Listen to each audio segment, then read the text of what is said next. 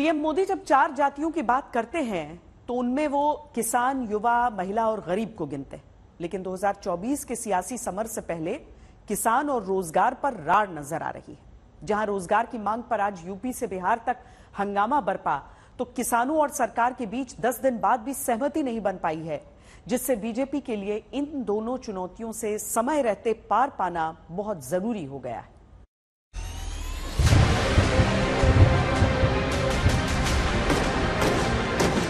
किसानां दे उत्ते गोलियां चलाउणियां रबड़ बुलेट्स नाल कोई डेमोक्रेटिक सिस्टम नहीं है।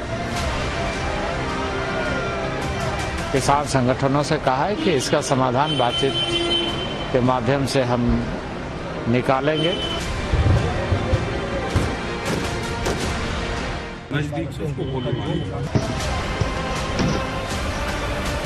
हिंसा ना हो, आगजनी ना हो, किसी की संपत्ति और जान का नुकसान ना हो, ये हम सबको प्रयास करने चाहिए। हमारा एक बच्चा शहीद हो गया, ऐसे हालात में बैठक करना मुझे उचित नहीं लगता। आज एक को गोली मारी है, अगर इस पे कोई कार्रवाई नहीं हुई, कल को किसी नौजवान को फिर गोली मारेंगे।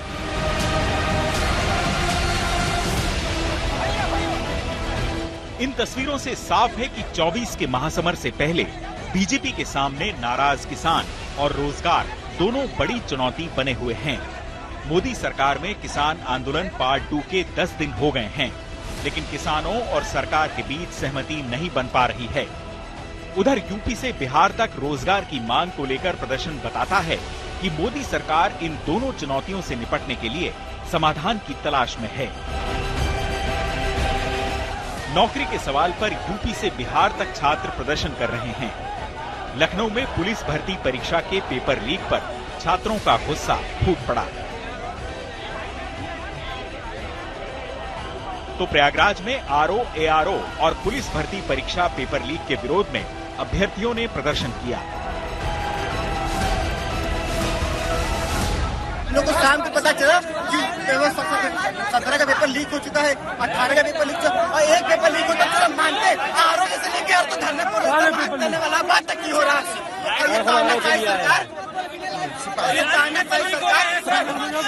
सरकार इस बात को मानने को तैयार नहीं है कि पेपर।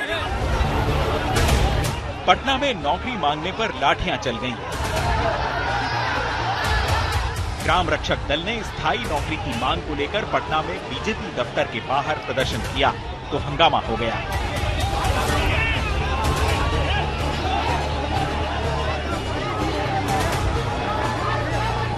जिसके बाद पुलिस ने भीड़ को तितर-बितर करने के लिए लाठियां भांजी और प्रदर्शनकारियों को दौड़ा कर पीटा। लेकिन बीजेपी कहती है कि उसने पिछली सरकारों की तुलना में कहीं ज्यादा रोजगार दिया है। खास बात है कि नौकरियां देने में पूरी पारदर्शिता रखी जा रही है।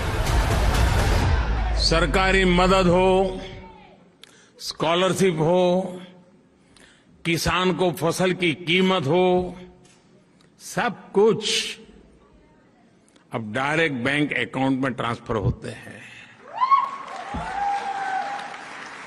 अब किसी प्रधानमंत्री को ये कहना नहीं पड़ेगा कि मैं दिल्ली से 1 रुपया भेजता हूं और 15 पैसा पहुंचते हैं। अब बात दूसरी बड़ी चुनौती किसानों की। मोदी सरकार जब 4 जातियों का जिक्र करती है तो उनमें किसान, युवा, महिला और गरीबों को प्राथमिकता बताती है। मेरे लिए देश की सबसे बड़ी 4 जातियां हैं। मेरे लिए सबसे बड़ी जाति है गरीब, मेरे लिए सबसे बड़ी जाति है युवा, मेरे लिए सबसे बड़ी जाति है महिलाएं, मेरे लिए सबसे बड़ी जाति है किसान। इन 4 जातियों का उत्थान ही अगर भारत को विकसित बनाएगा, और अगर 4 का हो जाएगा ना, इसका मतलब सबका हो जाएगा। भले ही मोदी सरकार के दूसरे कार्यकाल में किसानों को दूसरी बार आंदोलन के लिए मजबूर होना पड़ा है। किसान इस बार एमएसपी की गारंटी, स्वामीनाथन आयोग की सिफारिशों को लागू करने और आंदोलन के दौरान दर्ज केसों को वापस लेने समेत कई मांगों पर अड़े हैं। और एक 26 तारीख का 26